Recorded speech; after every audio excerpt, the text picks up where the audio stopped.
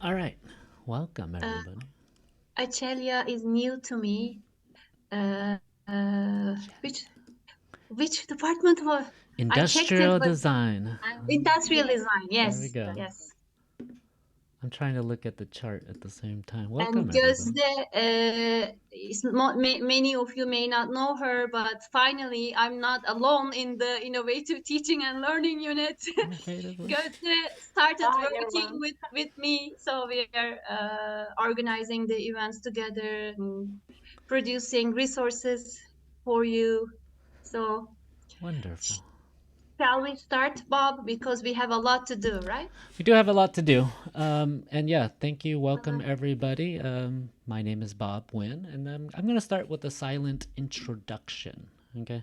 If you haven't seen this before, or if you have seen this, just go along with it. But I'm going to just do my introduction. It's just my way of breaking the ice, letting you know who I am. Um, and yeah, Since he is doing the silent introduction, I skipped the, introducing him, reading his bio. yeah. And I haven't used. Let me get to it. I have not used Zoom in a long time. I actually really miss online teaching. All right. I can't see you guys anymore. So I'm just gonna do my little introduction. Hello, everyone. Let's get started with a silent self introduction about myself. Okay, I want you to look at these images from my life. Write down any keywords. You can write it in your phone. You can write it on a notepad. You can write it on a post-it note, or you can try to remember it in your brain. Okay. Keywords are anything that are nouns, verbs, adjectives, adverbs. You know that. People, places, things, events, etc. Okay. And I'm going to be silent. Okay. So, does everybody understand? Let me bring back my Zoom so I can see you guys. Okay. And if you haven't seen this before, okay, yeah, I'm going to be silent. I'm going to mute my mic, and then you're just going to watch the images, try to take some notes, mental notes, and yeah, just look through the story of my life because I think it's one of those stories that I couldn't tell um, in just even 30 minutes. I don't know. So I'm going to begin. I'm going to actually turn off my camera as well. So, oops, there we go.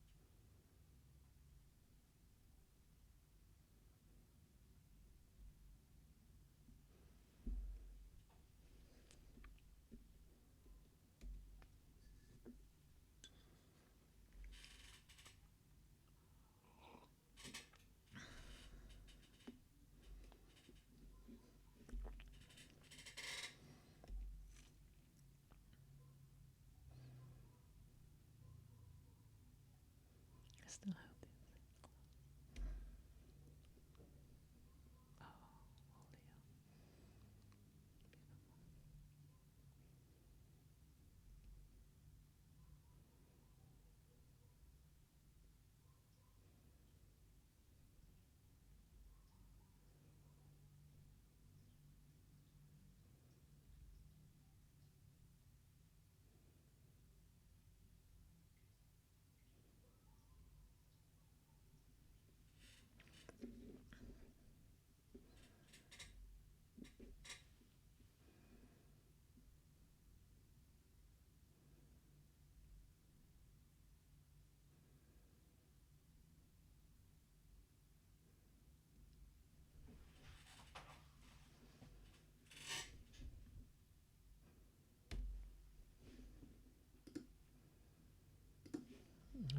So pictures are worth 1,000 words.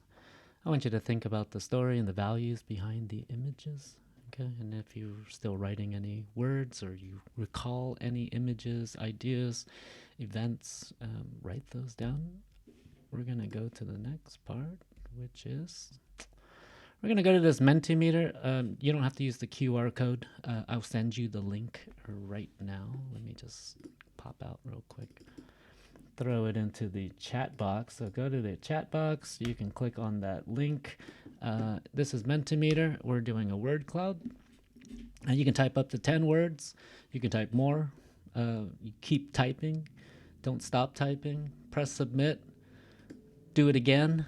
Okay. If there were words you did not write down, but things that you remember, just keep throwing things in. I'll give you guys like 5 minutes or something to type as many words as you can. And I'll let you do it. And then we'll pop in and we'll check out the Mentimeter, the word cloud. You do it on your computer. It's been a long time since I've had the pleasure of doing online education.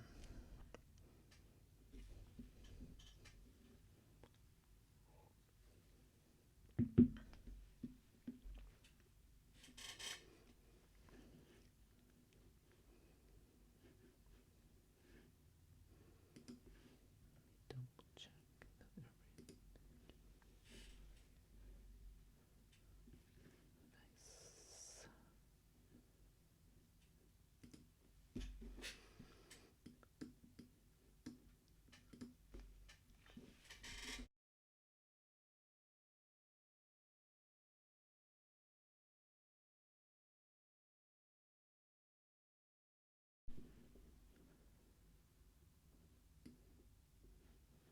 All right, let's see what you got. I'm gonna feel like I can press F. Spacebar. What's the button? There's a button to hide to hide these. All right, I got 145 responses. You guys are going fast. Wow, I like it. And this is what you're doing. You're making a story. You're putting together this word cloud that basically can tell the story that you guys said. So, word clouds, any words that you repeat come in the middle. So lots of Vietnam, Taiwan, right? The beginning parts of my story. And yeah, I always find that people who I think when I see more critical, my higher level students, my higher level participants, I see them going deeper, a little more critical thinking. So nomad, okay, wasn't specifically stated, but yeah, that's I feel like a digital nomad sometimes.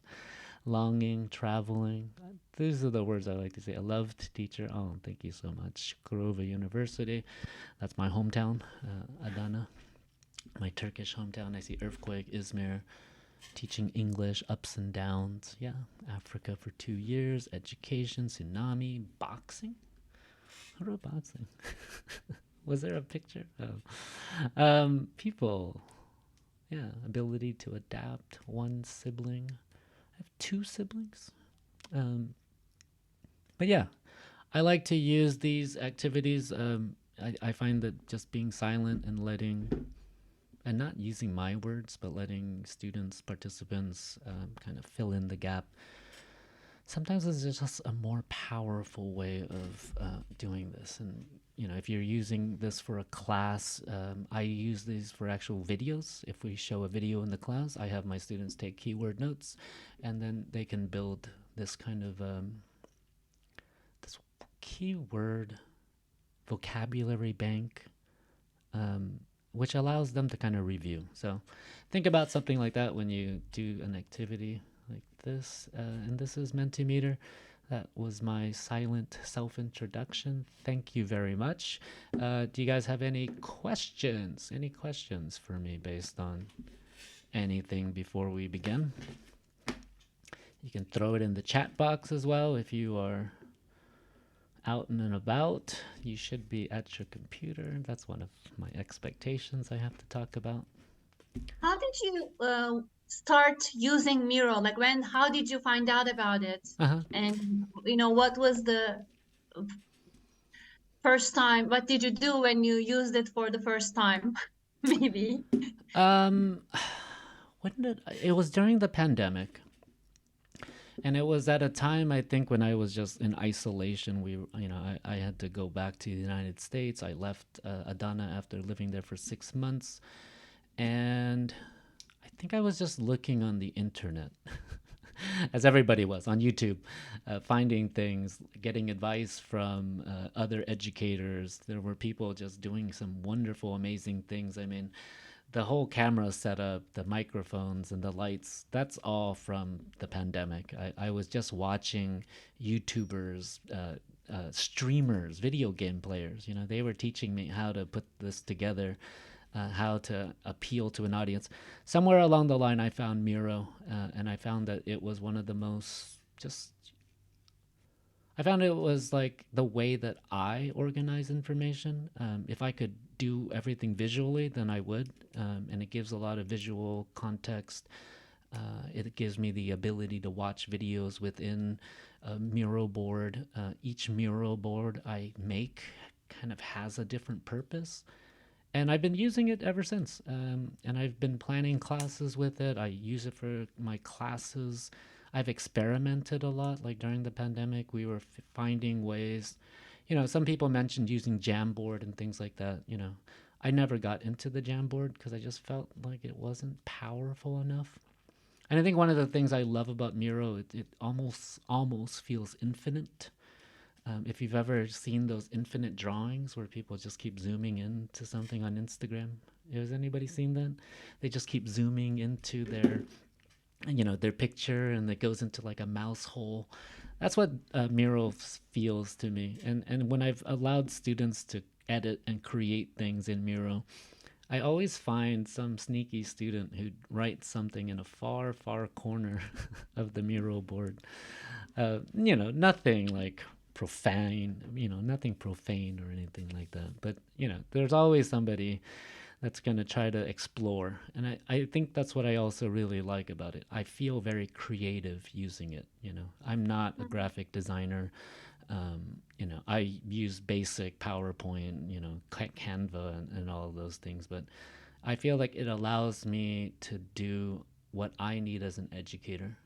And my background is at the moment, a teacher at the prep department in Ege University. And so, yeah, the reminder is that I want you to always be able to think and contextualize to your own purpose. Okay, so whatever field that you are in, or whatever use you want to use for Miro, the examples that I show you, I want you to be able to just kind of decontextualize them, take the ideas, take the use of Miro, and then try to put it into your own profession, into your own workflow. Um, and for me, yeah, I think what I really love about it is it for me is a personal tool. Like instead of having all of my browsers open, with every tab filled with things, I can start to organize things. I can start throwing links into a Miro board, and that really gives me that power to start to organize and to visualize my ideas. And I'm going to show you a lot of examples today. Um, and I want your suggestions as well, because I have a lot of different things. I have, I don't know, hundreds of different Miro boards. And I use this in the classroom to teach as well. So I would love to show examples of the use of textbooks, for how how I teach in the textbook. In my prep classes, I've also taught in the ELT department at Chukurova University. So how I designed different speaking activities and listening tasks and assessments, finals and midterms. And I would love to show you how other students have kind of gained the knowledge, through modeling from me, through experimentation, through class interactions online, and they were able to come up and create their own just wonderful, wonderful assessments that are truly memorable to me, because I still can visualize in my mind some of the assessments my students made. So thank you for that question. It was a long answer, but I feel like that would be the overview of my journey with Miro. So Anybody else? If you have any questions not related to Miro, to myself, and then we can get started. And also, if I'm looking this way, you guys are on my other monitor. I wish I had 5 monitors, but at the moment I can only afford 2. And I'm looking at my main window right here, so I'm not looking away from you guys. You're always looking at me, so thank you. I appreciate your camera use. I appreciate everyone turning on their mics when they want to talk. So feel free to throw something in the chat box. I see something now. I like the silent introduction. Thanks for it. I'll also try it in my class. Yeah. I've also had the honor of presenting about the silent self introduction to my other fellows in my program. And yeah, you can use this activity in so many different ways. And I think it talks about, reducing teacher talk time. So if that's an issue for you, if you want your students to do more of the talking, if you are tired, I think the silent self introduction is a great way to introduce any topic in any class, not just about yourself, but even just showing pictures of what you want to talk about in the classroom and letting students come up with these ideas, and as a way to build background knowledge or to show background knowledge and then to build and share their own ideas about whatever topic concept you're going to be talking about. All right, I am going to move around. I'm going to close this out and whoops. I'm going to be sharing with you a bunch of different tips and tricks. I'm going to warn you right now, this is a pilot. I'm trying to put together the ideas, the concepts that we're going to be using. Your suggestions, your comments will help me guide and create a better version of this in the future. It's a mini course at the moment. We're going to be doing 3 weeks of online, and hopefully, yes, Chowdhury, we're going to be getting together January 4th or 3rd? Fourth, yes, fourth. 4th. Okay. So we're going to be getting together to meet. Well, maybe some of you have met each other already, but I'll get to meet you, and then we'll do some presenting. We'll have some refreshments, and hopefully, enjoy and talk about teaching and our lives and everything that motivates and makes us passionate I about. think it's January 3rd, January Bob. 3rd. You Okay. are right. All right. Wednesday, another Wednesday. Another Wednesday. So yeah, check your calendars, and yeah, let's go. Where are we going? Let's see. So if you can open up this Miro, let's see. I'm gonna send you the link again if you don't have the link. Oh wait, no, not this Miro. I got so many Miros. Okay, here we go. This Miro. I'm gonna just jump into this. And yeah, if you can, if you need anything, if you want to learn about anything, let me know. I'm gonna now change it so you can edit, and this is when it becomes dangerous. And I'm gonna show you how to lock things in the future. But for now, I've made it so you can't destroy, hopefully, my Miro board.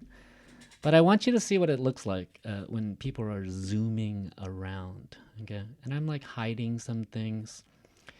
I would say that Miro, it takes a lot of memory once you start adding things.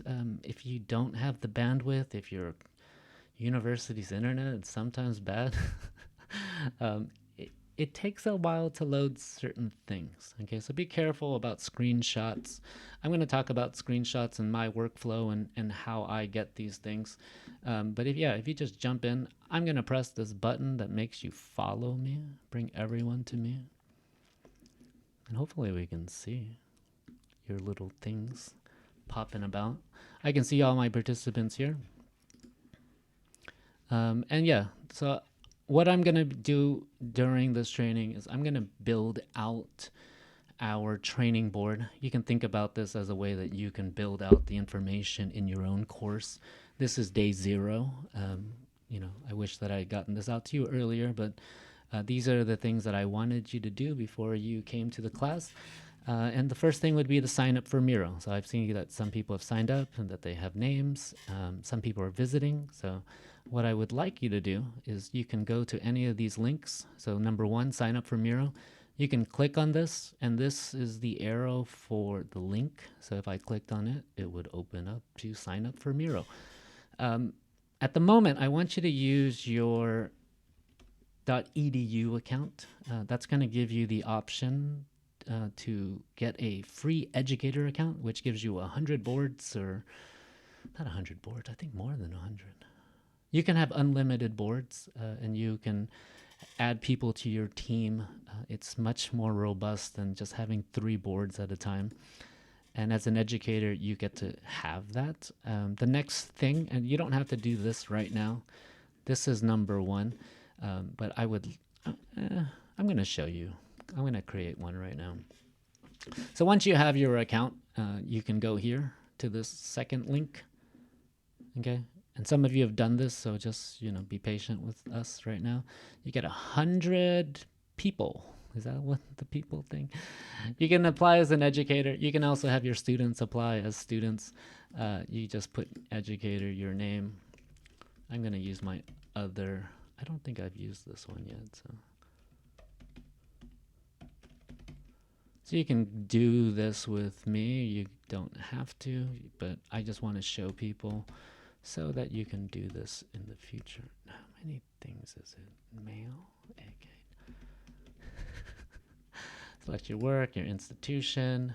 I'm in the undergraduate program, I guess, at university. And what you use Miro for, teaching and presenting. Okay.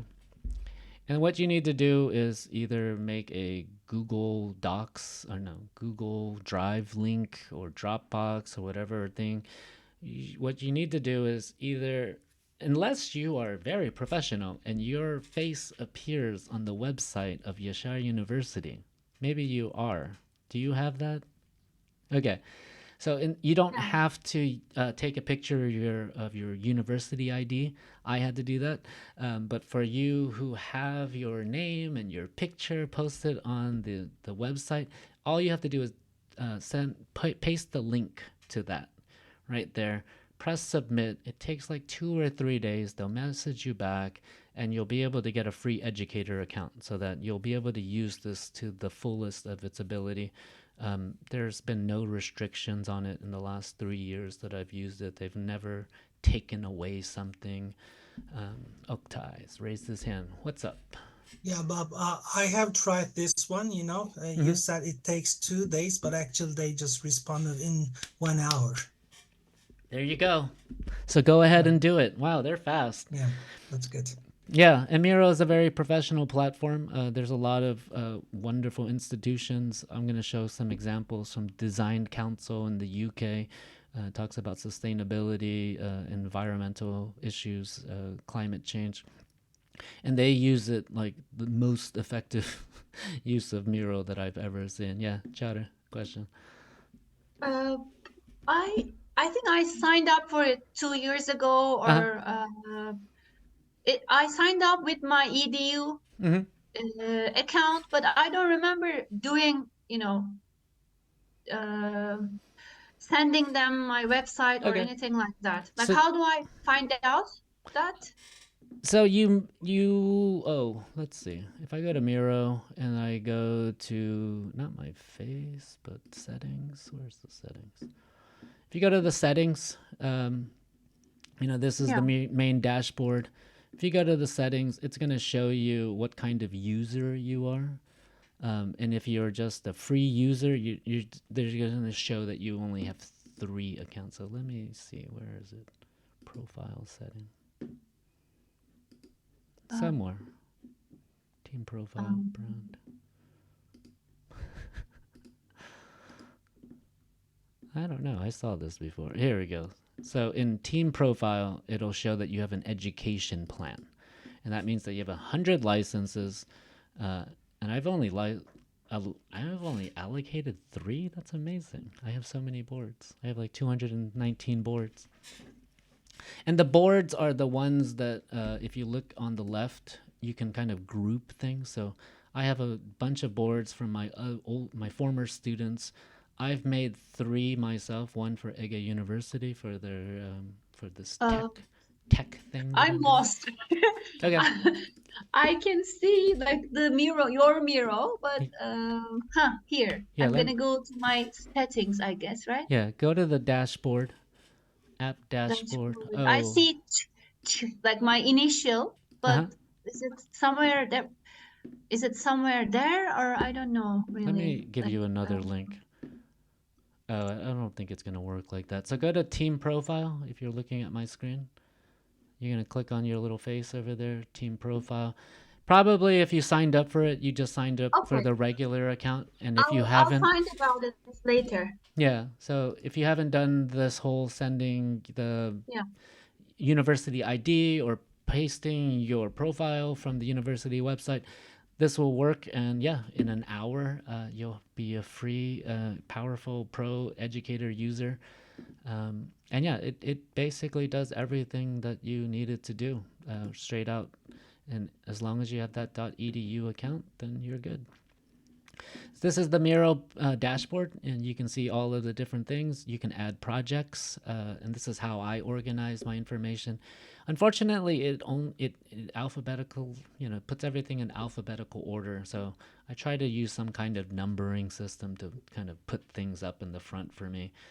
These are the different things that I've used this for: Chukurova University, speaking classes, writing classes, and different trainings that I've done. And if you click on one of these projects, these are mine, you'll see all of the different boards. I wish that they would make these icons a little smart because they make a lot of other things really smart, but sometimes, just make sure that you name your projects well. We're going to be all creating a board. We're going to be sharing it. You're going to be sharing it with me. And we're going to be doing kind of a gallery thing by the end of the third week. Okay. So, all right. I'm going to jump into the Miro. Back to the Miro on the wall. That wasn't funny, right? You guys are not supposed to laugh. All right. Here we go. And yeah, you can use it on the browser. It works perfectly on the browser. There's also an app. And sometimes I prefer having both just so that I can kind of organize. But the app is basically just a website. I love that I can see everybody flying around, things like that.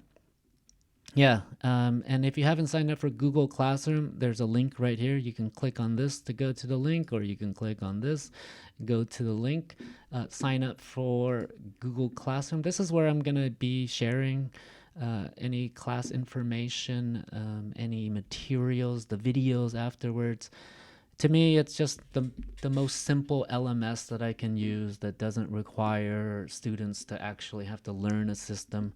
I love using Canvas for online classes just because it's more powerful. But I think, for 3 weeks, I think this is the basic that we will need, that I can post information. And some of you have already added a class comment, so thank you very much introducing yourself. And yeah, if you want the link, I'm just going to throw it in. I love using the word throw in. I'm going to throw it in the chat.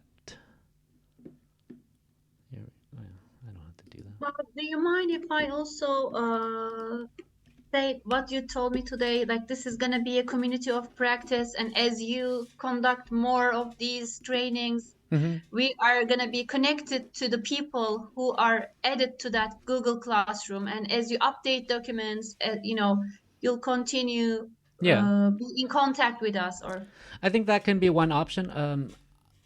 I think for now, you can use this Google Classroom to ask questions. If there's anything that you want to learn more about, you're not sure about, you can always make an announcement yourself if you need to contact me. I'll also give you my email address as well. But I think the idea of community of practice is that we're all learning from each other. I mean, most of what I learned from Miro, I see other people using it in a certain way, or I look on YouTube and I see somebody doing something I've never thought about doing with Miro. It's a very flexible tool, and yeah, you'll have all the materials. I'll post each week the videos so you can watch them again if you need to come back to it, even just like after a year. I never archive my Google Classroom classes, so you're always going to be a part of this group. And yeah, I think in the future, if I do another class, if you want to be included in more materials or more videos, that can be an option that I just send a link and say, hey, if you guys want to join and just see what's going on and share your knowledge and share your ideas, or come back as alumni and help other people.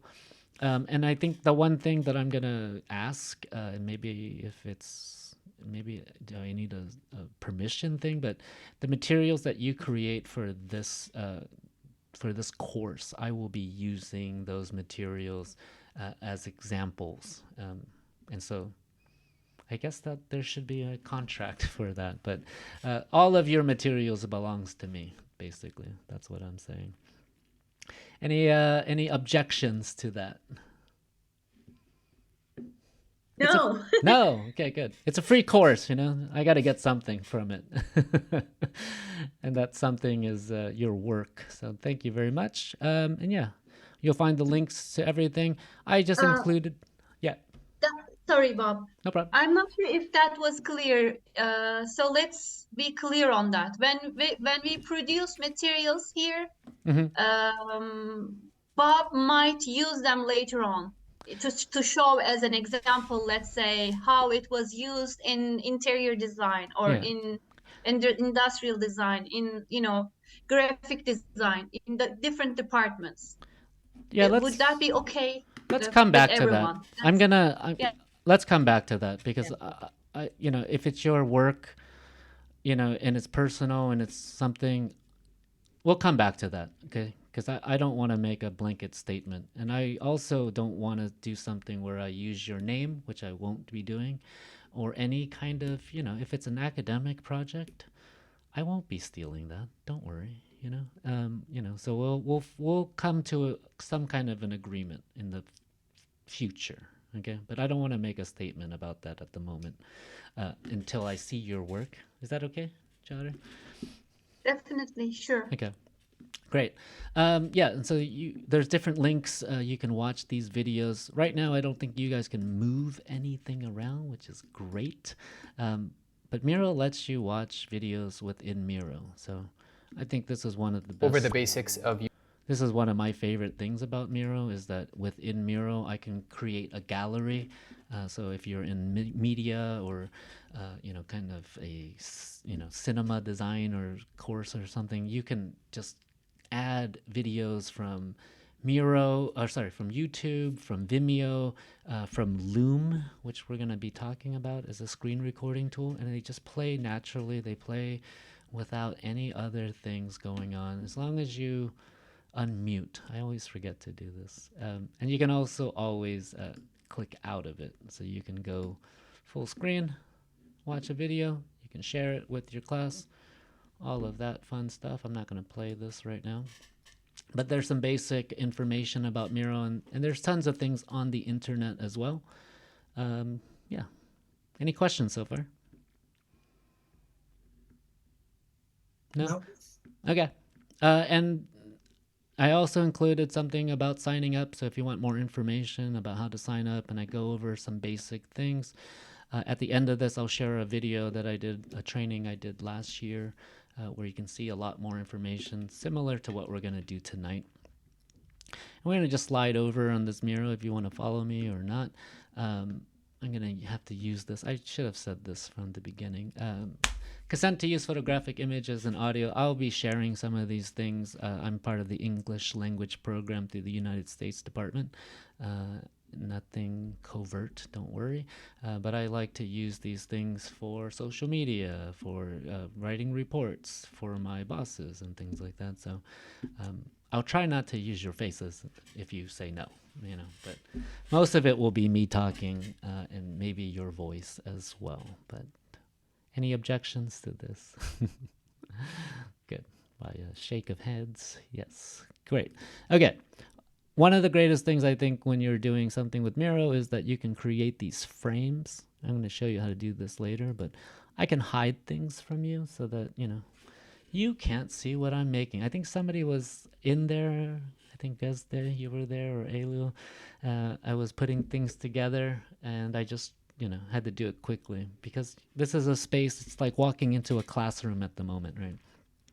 You're walking into a classroom and you can see all of this. Okay, let me remove this frame at the moment. You can unlock things. You can lock things.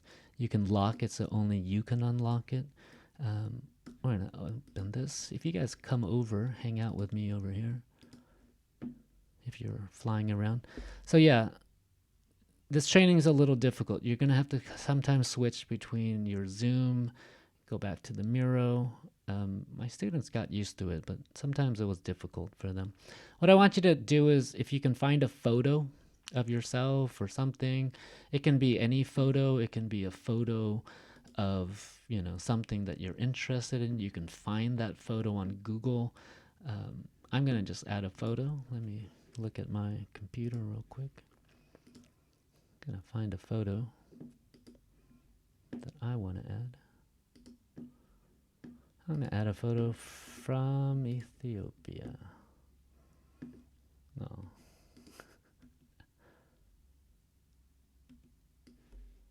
I don't want you to add a sticky note. Oops. See how things can move around? I gotta lock that. There we go. Somebody added a photo.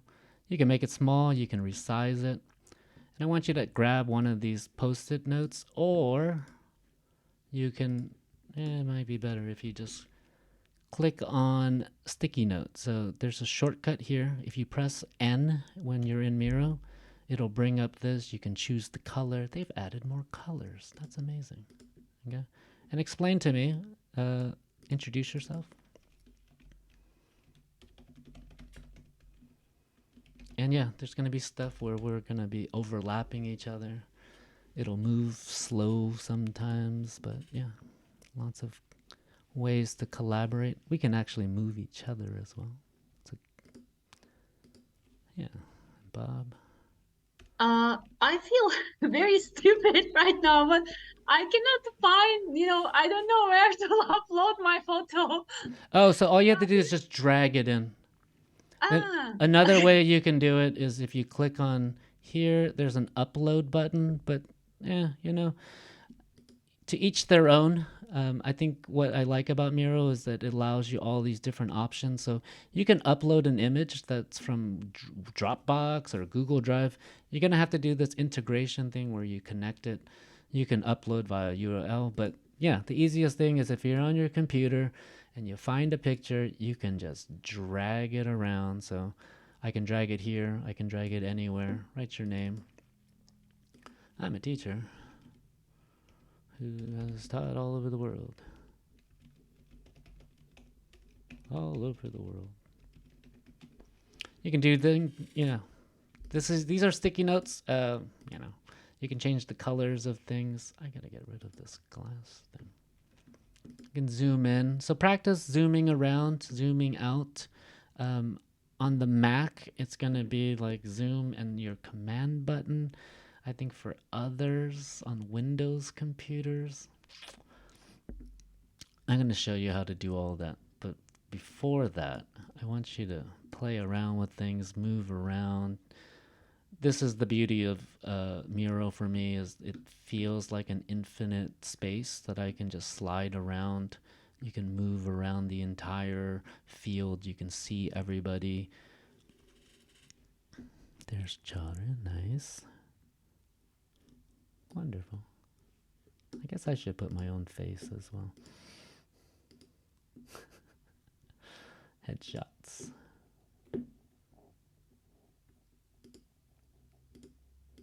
There we go. So yeah, just dragging and dropping. There's my headshot.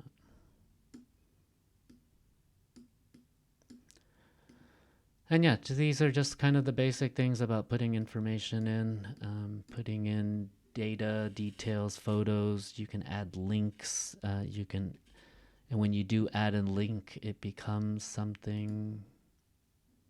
It becomes contextualized. So let me just give an example. I'm not gonna. Hopefully this doesn't play. you add like a YouTube video, and you can add it at a specific time too, which is really nice. So if you want the video... Hi guys, and welcome to another video. Sorry. Today I'm going to be showing... That's from me.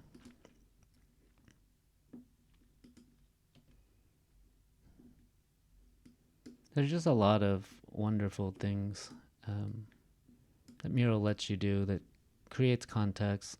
You can type in everything. You can add boxes. You can add all shapes. We're going to go over that, but first thing we're going to do is just introduce ourselves through a little pictures, some images. You can add any icons that represent you if you want. You can click on these icon finder, I think, which is really cool. I don't know. I'm going to put the globe.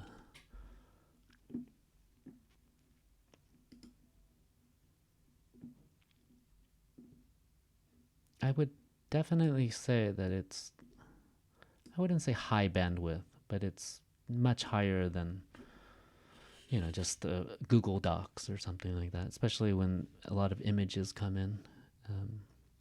My students, some of them were able to use just their smartphones in order to do these projects. And okay, it's 8:45. We're gonna just take like a 5-minute break. Is that okay with everybody? We'll come back at like 8:50. And if you're still working on this, amazing. Oh, look at that. Just filled the entire screen. Yeah, that's a huge image. I'm gonna help you. Sorry. There you go. Oh, another one. We got 2 of them. And yeah, sometimes you have to be careful with the size of your picture. So here you go. And I can make this box bigger. Let me do that so we can all fit. So we're not fighting for space. Huh? So be careful. Don't move that, Bob. There we go. And I'm going to lock it. And I'm going to lock it again. And then, yeah. There we go. So let's take a 5-minute break. I'm going to pause the video, pause the recording. If you're still working, great. Keep working. If you're not, you know, get up, shake it out, use the restroom, get your beverage, and we'll come back in 5 minutes. And if you have any questions right now, you can ask me. Pausing the share. No. Pausing. You can't pause the recording. Oh, that's too bad. All right, so I'm not Teacher Bob anymore. Go ahead. I'm going to unwind. Okay, we're back. We just learned how to rotate things using that icon. But yeah, I like the idea that if I gave you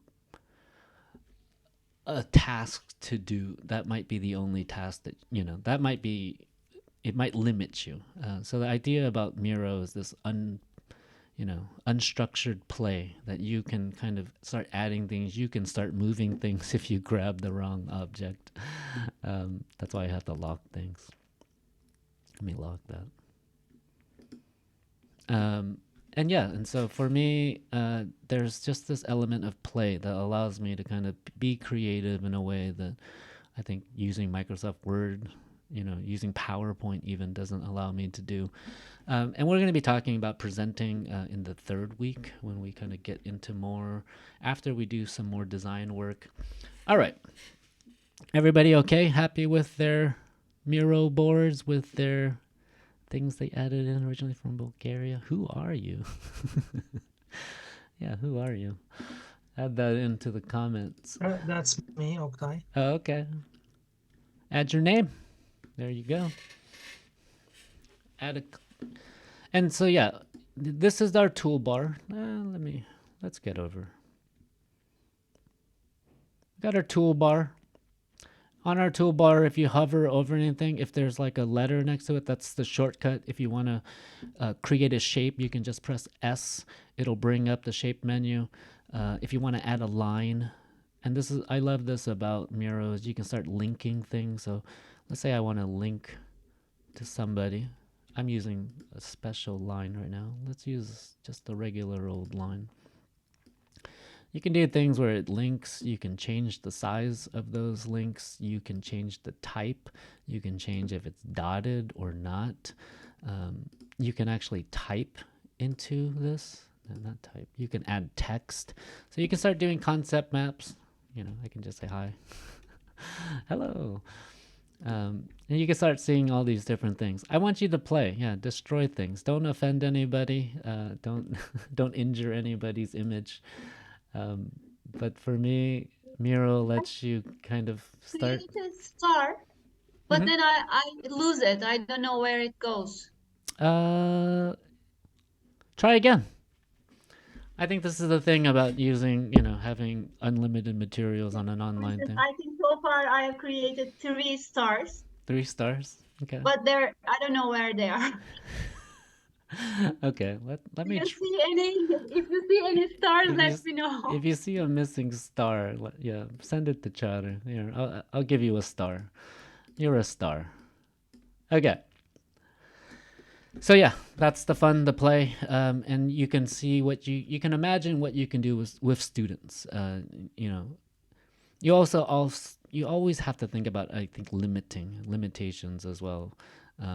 As a lot of times students will kind of go overboard, like you guys are doing right now, which I love. So thank you. Thanks. That looks fun. Okay, if you guys can go back to the Zoom, I think I'm sharing my screen already. Yeah, I can just reshare that for fun. I'm just gonna give you some examples of Miro boards from the past that I have done. And we're going to look at different topics. If you want any ideas, throw it in the notes. How can we rotate that? Wait, is it possible to rotate sticky notes? Huh. That's another question. I don't see it. No. I don't see that. I guess we can rotate shapes. I look at it in the Google as you did. Yeah. And some of the videos says the rectangular shape around then you can rotate, but Okay. I couldn't manage. Okay, so instead of using sticky notes, because I think sticky notes have a purpose in these meetings that people have. So yeah, instead of doing that, yeah, if you add a square shape or a rectangle or a rounded thing, you would be able to type. Then you can write the note in that shape. Right, and any object that you create, you can type in it. If you double click on something, you can write your name. You can change the color of the border. You can change the inside color. And something I like to do is add opacity, so you can kind of make it see-through. So you can like put it over something. You can start layering colors. I don't really start using this as like an artistic tool yet. Someday I will. But yeah, lots of different things you could do. And in this one, you can rotate. So yeah. Lots of different fonts that are built in. So you can change any of these fonts. You can add text to pretty much anything. You can add comments. This is something I like to do when I don't want people to have full control to edit. There's an option when you share the link, instead of saying can edit, you can change it to can comment or just only view. So there's a lot of different things. Sometimes I want to just do a presentation. I don't want anybody to come in and destroy things, because it does take a little bit of work to remember to lock everything. So yeah. Okay, if you guys come back, get out of Miro, come back to me, come back to the Zoom. You can see my screen right now. I'm going to just give some examples of things that I've done. And yeah, caveat is I'm coming from a educational background as an English language teacher, so I will kind of focus on some things that are about grammar, about teaching English. If you can generalize it to your own context, ways that you can present information rather than using a PowerPoint or having a PDF open, think about ways that you can creatively, demonstrate verb tenses. So I just put together a bunch of lines on a chart. I tried to color code this so students could see. This is how I teach verb tenses to students, talking about the past, talking about the present. Here's the now, the past, the future. Shall I share it with you? Do you want to fly around in here? No. Okay. So this is, example of my life, just through a timeline, talking about the future. I don't think I've updated this, but yeah, I've been teaching to Turkish students since 2019, and it will continue. These are the ways that I demonstrate different concepts in the English language, about grammar, about verbs. That's one different tool that you can use, and you can kind of see, I want my students to visualize grammar points when they when they're talking about verbs and verb tenses, talking about when things end, things that happened only once. It's just my way of showing. I'm going to share it with you. You can take a look. I'll include these all in the Google Classroom at the end of this class, but you can open that as well. And yeah, I've done different presentations. This is something about ed tech resources.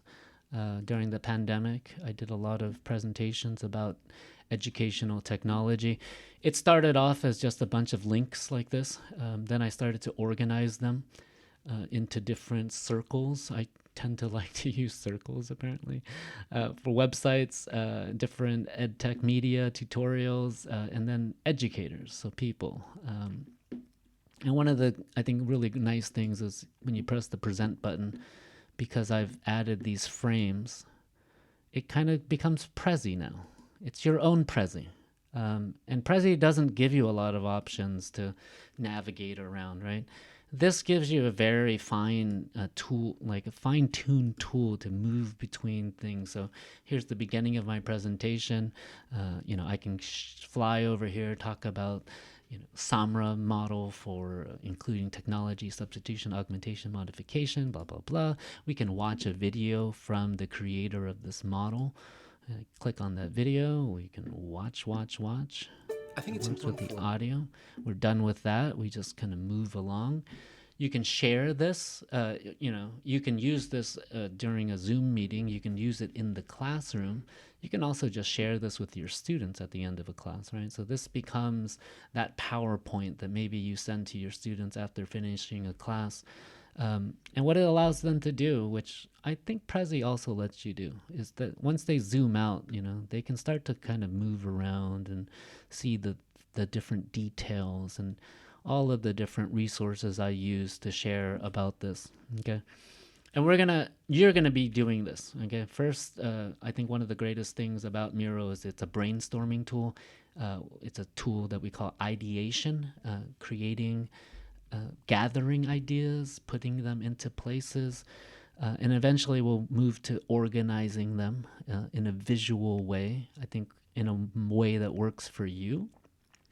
Another class I did for speaking at Chukurova University was I wanted to talk about the rhetorical appeals. And so I created this presentation, but it started off as just a bunch of links that I found talking about commercials. So the rhetorical appeals are ethos, pathos, logos, the three things that we want to discuss when we're making an argument.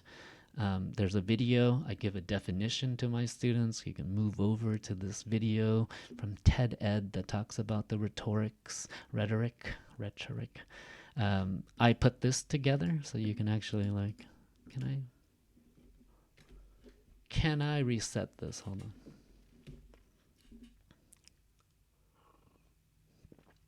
Here we go. No, I can't edit it. Interesting. Maybe I can't edit it at the moment. And then, when we move down to this is when I create a Venn diagram that gives ethos, pathos, and logos.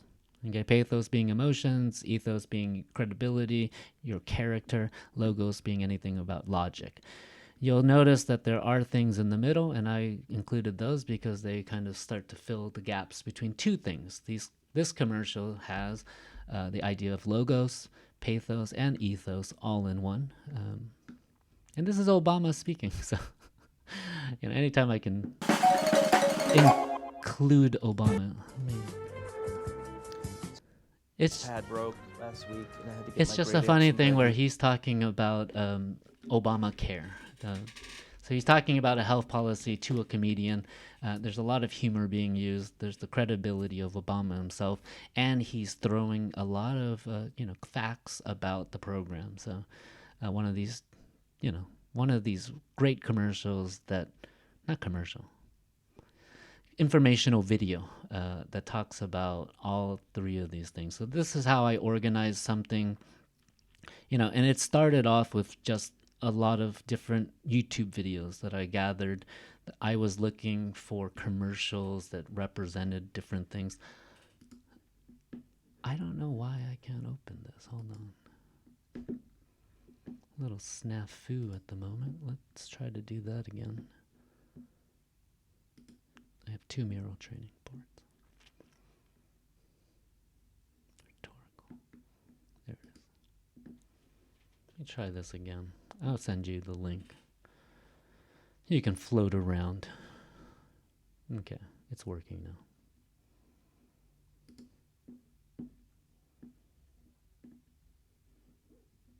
Let me give you some viewing access. Throw it in the chat there. Open those links. You don't have to fly around right now. And yeah, after this meeting, I would love for you to just fly around and see different possibilities, different ways of adding. I created this just with a few triangles, turned some triangles around, just kind of pieced them together, copy and paste, flip, flop, added some text. This one's a smaller version. I'm sorry. These are just, so yeah, this was all born out of COVID. I don't know if you watched commercials during COVID, but they were really good commercials that had some kind of appeal, whether they used a doctor to talk about, his credibility. They used emotions to talk about getting people to use masks and to get the vaccine. They had other doctors talk about the statistics. And somewhere in the middle, all those three things come together and you have a wonderful tool like that. This one is, I'm going to say, if you guys come back to the Zoom, this example is a presentation for a professional development that I created and that I did. And what I wanted to do was create something that did feel more like a PowerPoint. And instead of you're using slides, I was just creating boxes to move around, and those frames as well. So if I go into the present mode, I'm just flying between these frames. So it could feel like a PowerPoint when you're seeing this. And what my goal was using the smart boards. So if you have smart boards at your School of Foreign Language or in your classrooms, I was actually able to use my 2 fingers to zoom in, to move around, to click on videos. I found that this was actually a really good way when you don't have a computer with a keyboard, when you don't have a mouse to navigate. I could actually zoom into everything. I could swipe around.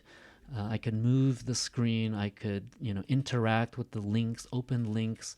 A lot of our teachers, they're not using their own personal computers.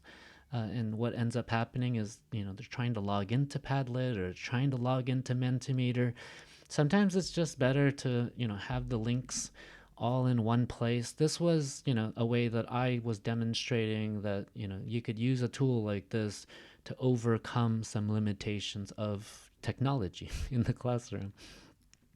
And yeah, this one to me feels like a very traditional presentation because I'm creating just, the text and adding images, talking about fuel and friction. But I think it's when you get to something like this that you start to be able to, add elements that you wouldn't normally add in a PowerPoint. So I could add these videos about atomic habits. Yeah, we can click on things. We can watch videos, of course. Reducing friction. And this one's great because I started the time at the right the place that I wanted to start. So when you do share from YouTube, just make sure that you know, find the time marker, so you don't have to show the entire video. You can just start right where you need to start. I don't know what, yeah. And yeah, all of that. And I think one of the greatest things, if you have a tablet or if you have a smartphone, do you guys have a smartphone? You can be using Miro on your computer. You can sign into Miro on your phone. You can start to use your finger as a writing device. If you have one of these great pens, you know, you can start to write directly onto it. And you don't have to use the... I find it really hard to use a mouse or a trackpad to write. I don't know if anybody had to do that during the pandemic, but it was like, okay, I'm going to write 4 letters. It's going to take me a minute. Sorry, guys. So yeah, I'm able to kind of interact with my own things, give feedback, write different details, add notes. And I'm going to move to the next use of this book. So this is the textbook that we use. Don't tell the publisher that I've done this. And this is what I share this with my students as view only. Our textbook allows us to see it online. Okay, what do? I take screenshots of it, and the screenshots turn out pretty good. So this is the textbook from the, you know, I could be just using it from their website. I don't like their website. This one in particular, Macmillan, doesn't have good writing tools.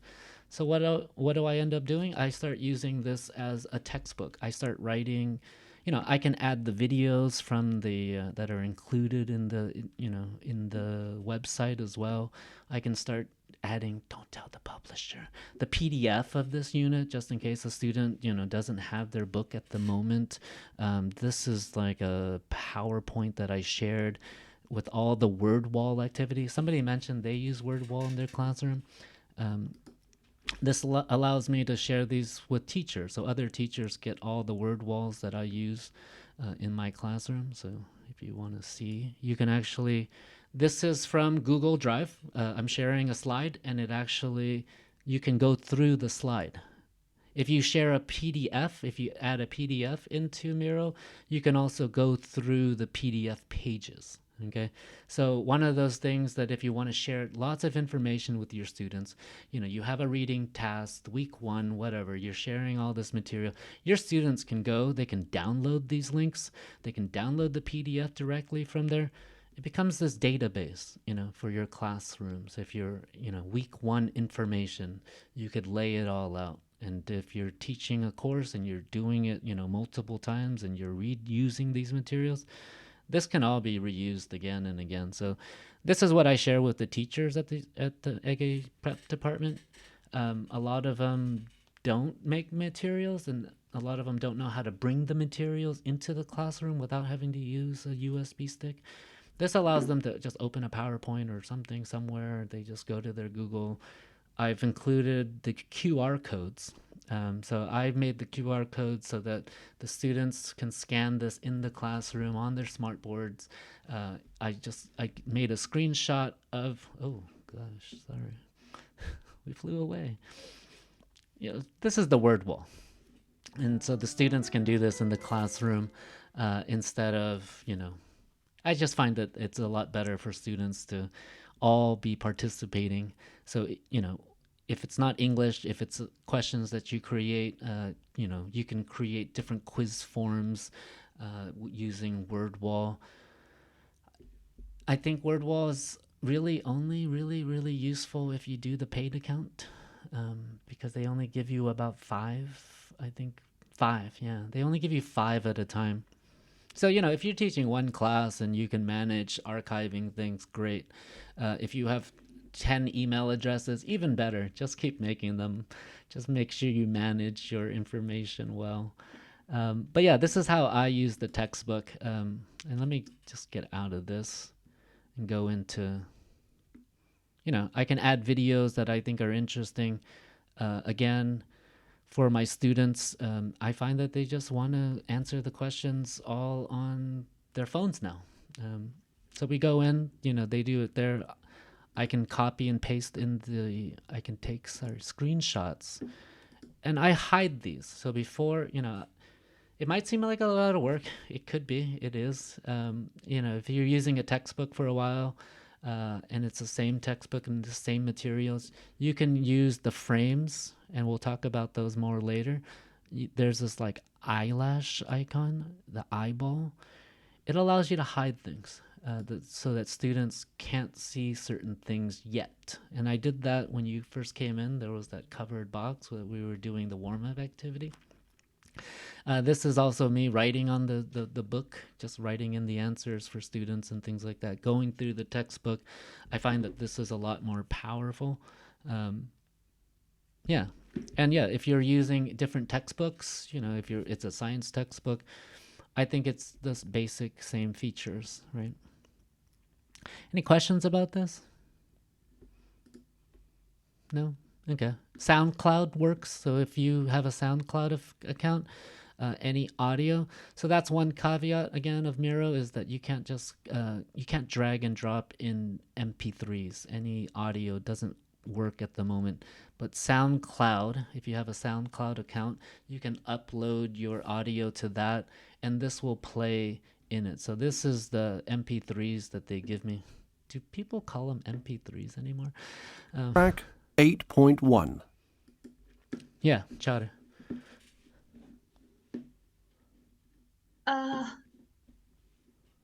We kind of passed it, but when we let's say use a screenshot from a textbook, when we want the students to write something, I cannot really. Is there a feature to let only one student to write at a time and kind of not let the others to write anything? No. Do you know what I mean? I know what you mean. Like when someone starts writing, do not let. It's a bit hard, right? Yeah. I would say that interactions on this should be group work. I don't recommend, I guess my solution would be sending that link to the student only. I don't know if you could do that in the classroom. But yeah, for me, the playground feeling of this, it does feel chaotic. I think about group work. I think about even kind of gamification, like having students, put together pieces quickly together. I don't think of it as like one student using it. So, and I also don't believe any tool is just, a silver bullet for everything, I think sometimes this could be overkill. I think sometimes a PowerPoint would be more effective, right? For me, having all of the extra things, being able to add a video. So I found a video about the blue, black, white dress thing from a few years ago. And this reading talks about, how our eyes perceive colors in different ways. This is an English textbook, but you can kind of generalize to your own textbooks. Yavuz, you have a question? You have your mic. Sorry. Microphone. Yavuz Hocam, you raised your hand. Yeah. Can you turn on your microphone? Yes. I want to learn, or is it possible to show how you can add QR code and link the QR code with the document, and also a student or the people who will apply the test, etc. Is it possible to open the QR codes with any QR readers? Yeah. So how can we add QR applications to our documents? So I wouldn't add an application. I prefer, there's two that I like. So if you go onto the QR code generator, I'll send the link right now. Okay. I'm going to give a caveat on this one too. So let's say I want to share this word wall link. I'm going to go to this. I'm going to add the text. And what I end up actually doing is doing a screen grab of this. Because for me, it takes too long. Maybe some of you, are faster than me. It takes too long for me to download it. So it's actually quicker for me on my computer. And if you get good with screen grabbing, which I think you have to be when you start using these tools, I'd rather just do it like that. You can then grab that screen grab. Let's look at where I store my screenshots. I'm going to go back to that Miro. Let's say I have that screenshot. It's on my desktop. You can either copy and paste it in. You can do it like that. And I'm going to show you one of my favorite tricks is if you go and you go link to, okay? This is kind of like a hyperlink. So this is useful for teachers. So if I add this hyperlink, now this image becomes a hyperlink. So I can, the students can use this. So what I do for my students, and you can see that I've already added some QR codes. What I do for my students is I zoom into this and I say, okay, guys, go ahead.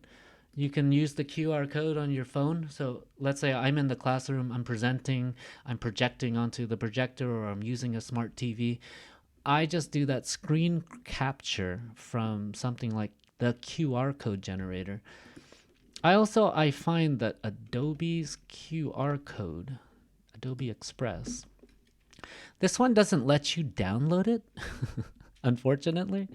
But if you're actually teaching in the classroom, this one I think is big enough that when you share it with your students, they can scan this like this. So that could be one option. If you don't want to include it into Miro, just open up a new window, a browser, and you can download it. To me, I feel like it takes a lot longer for me to download something, but everyone's different, okay? And I'm not going to give you one way to do it. I think that whatever way that you like, whether it's downloading this or making a screen capture, you can go ahead, add that picture, add that screen capture that you did back into the Miro. And when I'm flying around this and we're answering questions, I'll have a QR code for something that I want my students to do, whether it's like a Padlet or a Mentimeter. I'll just zoom in. If you feel like that's a lot of work,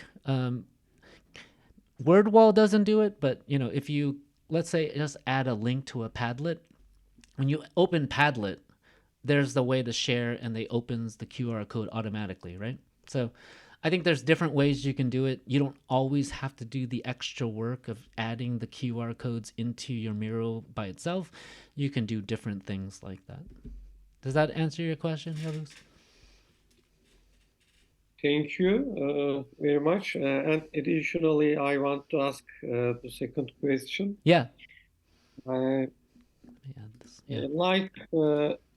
in the Sakai, the learning management system, there are some tools to create tests and or in the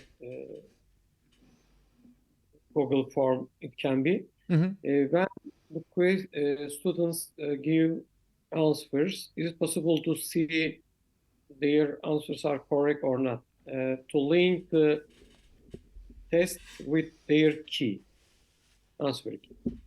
So are you going to be presenting this? In the some learning management systems tools, in the Google form, is it possible when I answer the test, I can see my score? In the Miro, is it possible or not? Unless you sent a Miro to each student individually, I think that. Yeah. So maybe let's say that let's move on to the last example, but let's say that you do have an assessment and you give your students a Miro as a way to give them their feedback. I would see it that way, but I think if it's something that you share with everybody, I think it's going to be a really difficult thing to just individualize it so one student can see their answer and nobody else's. I think that there's probably a better solution to that. Yes, it is the critical point is it is possible to do it individual or not? No, I don't think so. Yeah, unless there was another website that allowed them to log in to their account. You could share that on a Miro board. At the end of the class, you include the link to some kind of an LMS system that's online that they could log in. I think that would be the only way, unless you're okay with sharing all of their scores and they have a magic number that they just look up their stuff. Okay, last thing I'm going to talk about, because we're running out of time, I'm not going to steal the rest of your night, is a student assessment. So one of the tasks I had my students do in the listening midterm 2 years ago was they were tasked to watch a video, and I gave them different examples. This was from Vox. It's about how we see colors, or how scientists colorize photos of space. Let me turn that down. So the student watched this video. They took those keyword notes just like you did about my life. And this student's amazing. I mean, he created such a complex, I'm going to share it with you because I took off his name. This was a student work, first year English language teaching student. This is not something he could do in just 1 week. He figured out how to do it. I modeled this tool to my students. We did a lot of different brainstorming, mind maps, concept maps, things like that. And it's a lot of information, and he did a lot of screen captures. So he did this. He showed us how they colorized these two images just using black and white images. You can fly around, just see just kind of the data. The point of this presentation or this assessment was whether they could show me visually, without me watching the video, if I could understand that video. And this was about note-taking, it was about listening, it was about, comprehension of ideas in a listening class. This was my idea for this midterm, and it worked out amazingly. I'm very impressed by lots of my students' work. It was online. Some of the students didn't have access to good computers. They were able to do it on paper as well. They used a lot of, artistic things when they were doing that. I'm going to give you one more example from... I didn't take off their names. I'm so sorry. This was the final for that class, and what they were supposed to do was make a concept map about the terms, about the ideas from this class. So this student created a mind map kind of as a reflection, and a reflection to me, okay? This is a tip that I got from one of my colleagues, was create assessments that give the reflection, that give you feedback without asking for feedback. So the students, and I'm going to share this so you don't have to stare at this little tiny screen. So the student, basically what they were tasked to do, did I share it? Yeah, something that we did at the end of the year. That was the midterm. So this was the final. The final was that they had to tell me the two different components of this class that I taught on listening skills for ELT students. This student did it perfectly. We talked about the features of speech. She was able to break up thought groups, intonation, why we have it, gave examples of things like that, talked about focus words, word stress, boom. Loved it. The second part was talking about this concept maps and note-taking. So she explained, the different attributes, the descriptions of these things, and why it was important to do note-taking. She also included some examples. These are not her examples, but... and yeah, she got, I think, 100% on this one, because I just thought that it was a really great reflection of somebody who understood all the concepts in my class. This was an English language teaching class, but I think that if you're talking about medicine, if you're talking about engineering, you could definitely create, a guideline for students. Which brings me to the last thing. And it's almost time. It is time, but let me just steal one last second of your life. And so I had used Miro in order to give my... No, this is not it. Where is it? There's so many things, guys. Midterm task. No. What's the midterm task? I'm supposed to open all these things. Asking them to create a map of the whole semester will work like a revision as well. Yeah. Maybe they can add sticky notes for their own comments. That's correct. Not this. I have tons of things. I'm going to just share with you after this. Oh, here it is. Final concept map. I'm going to share with you all of these things. You can steal them if you like. I don't have any copyrights on things like that. And this is how I gave my instructions to my students. And I found that it was very useful for them. So what they were supposed to do for this listening final was choose one of these videos that I'd chosen for them to listen to. They were supposed to watch the video and choose the you chose and take the Cornell notes on 2 pieces of paper. So there's Cornell notes involved in this. This is the criteria that they all know how to use Cornell notes. The second part was this features of speech. So they had to choose like a 20 to 30 second clip from the video. They had to transcribe it, show me the word stress in this format that, I taught them: focus words, thought groups, intonation. And then they wrote it into this Word document. They had to record themselves saying it just as similar, using this guidelines from their features of speech. And then I'll submit those on June 15 at 3 o'clock on Canvas. So this was my way of kind of breaking down, I would say, a complicated task for first-year students. And they were all able to do these 2 different parts, add it to the Canvas that we had, and finish. I think it was a lot of work. It was a lot of work for me. It was my first time doing anything like this. And what I love about these tools, and I think what I would say the freedom that COVID gave me. I don't think anybody agrees with me, but there was a lot of freedom for me in what I could do and how I could push these limits of education and technology, and create a class that allowed students to really focus and really, I think online education allowed students to do individualized work, speaking, listening, all of those things in the comfort of their own home, get a lot of practice. It's not communicative practice, but it's like public speaking practice. Let me see. Okay. If there's anything procedural, they can create their own maps, maybe to show applications of those procedures. Yeah. So if you're in a class, if you're, teaching about design, you might want to use something, like this for a thing. All right. I got one last comment. Okay. Anybody have any ideas? Anybody have like a brainstorm, an idea that came up?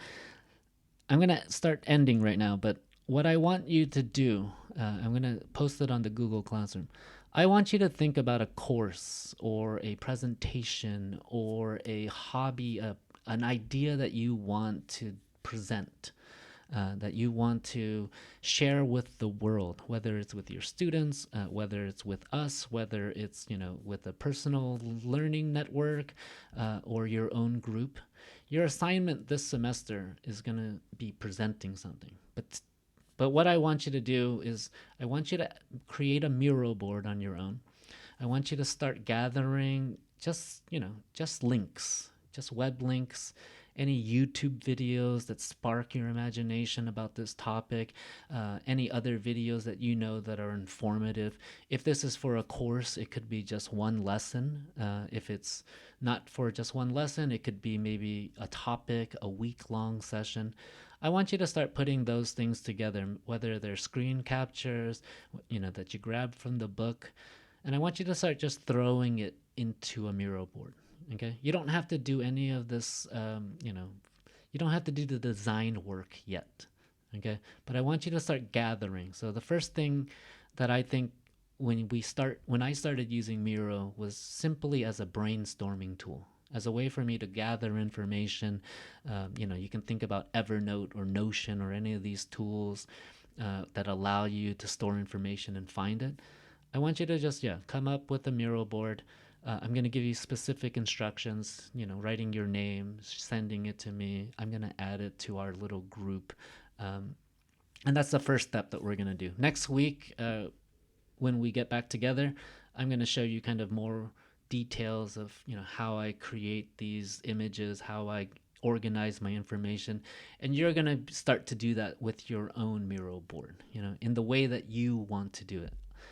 I don't want to limit you in your creativity. I don't want to limit you in the way that you present this information, but I want you first to gather this information, and then we're going to go into kind of thinking about ways that we can diagram, that we can show connections, that all of that stuff. All right. A lot of information. Thank you guys for coming tonight. Hope you guys enjoyed it. Oh, Ty, if you Thank you, Bob. Yeah, you're welcome. Thank you very much. Thank you. It was inspiring. Oh, great. Yeah. So anybody have any ideas that they came up with? Some spark of an idea that you might want to use Miro for? I'm just thinking that maybe I love using this kind of stuff during my lessons, Okay. but it happens all the time that one of the students write Fenerbahçe or Galatasaray at the center of the board all the time, or Icardi. Now I'm thinking about some possibilities about if I use this. Yeah. I'm going to end the screen sharing. Can I end it? Oh, wait, no. How do you end things? Can you guys see me? I don't know. Yeah. I use Padlet. Uh-huh. Maybe some of you guys know it. Yeah. I use Padlet all the time, and they can write things anonymously all the time. Right. And there are some shy students in the classroom, so I use it for them actually. But there are some trolls in the classroom all the time, and which annoys me a lot. Yeah, there's always trolls. And I would say that, I don't think that Miro is an everything tool. I think for me, most of the time, it's a great presentation tool. I think when you do group work, and if you guys are, I've done group work where, I had like boxes created for group 1, group 2. I'll share it with you. But they were supposed to like read. I'm going to share it. You guys are still with me? Anybody going to sleep soon? I know you want to see this anyways. Okay. I think when you give them restraint, let's say sustainable schools. When you give them some kind of restriction, there's always going to be that guy. School site selection. Here it is. So I created this drawing on my iPad. It's about these 2 different sites. The students, I gave them this the day before. We did the flipped classroom, so they got all the materials. When they came to class, they were supposed to get into their groups. This was the video that they had watched. I put it there. These were the notes, the keyword notes that I had taken. They were supposed to take notes as well. I just included this for any student that did not do that task. And what they ended up doing was creating, getting into their groups. They were connected on Zoom as well. And they had to give me reasons why. I'm going to share it with you. They had to give me reasons why, they chose site number 2. It's closer, it's close to green areas, blah, blah, blah. These were like 4 or 5 students each working in groups. And I felt when I did that, somebody could go and draw something in the corner, I think this is the thing about giving students autonomy. I think that once you create a community of respect, I think once you start getting them on the same page, you will have less of that. I wouldn't be letting them do something all the time. Somebody always goes off and, adds Fenerbahce. That's so funny. Yeah. Yeah, it happens all the time. That's so funny. Okay. Yeah. Bob, Question? it's me. Yeah. I was also thinking, I'm teaching this elective course, English language teaching methodology, and they have presentations, about designer methods, and then at the end of the semester, how to teach, some specific skills. So there are a lot of presentations, and they share concept maps, they share lots of things, and I thought maybe they can do everything on Miro, because then it's gonna be like a collection. Right.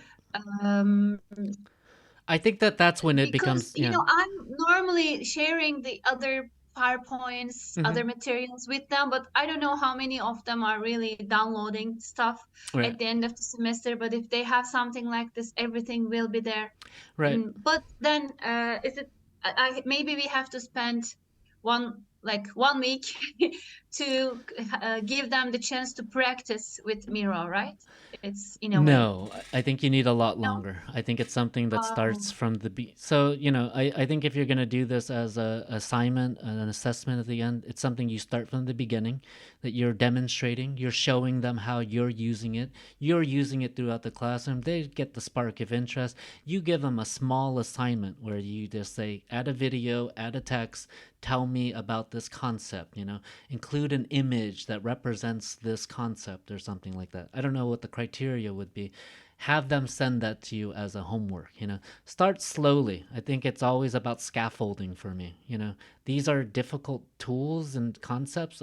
Most of my students never used anything like this. They had never used Google Docs in their lives. Maybe they can still prepare the presentations on PowerPoint and just share it as another file. Yeah, they can do that. They because can. It seems a bit more overwhelming to use it as a presentation tool.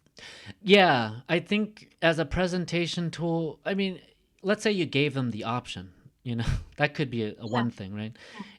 I think that there's going to be a student that will step up to the challenge. I think other students might use PowerPoint. I'm always about flexibility in the way people present. If it requires something like Miro, go ahead, use this tool. But if a PowerPoint is enough, if showing 10 pictures to talk about your ideas is enough, I think less is always more for me.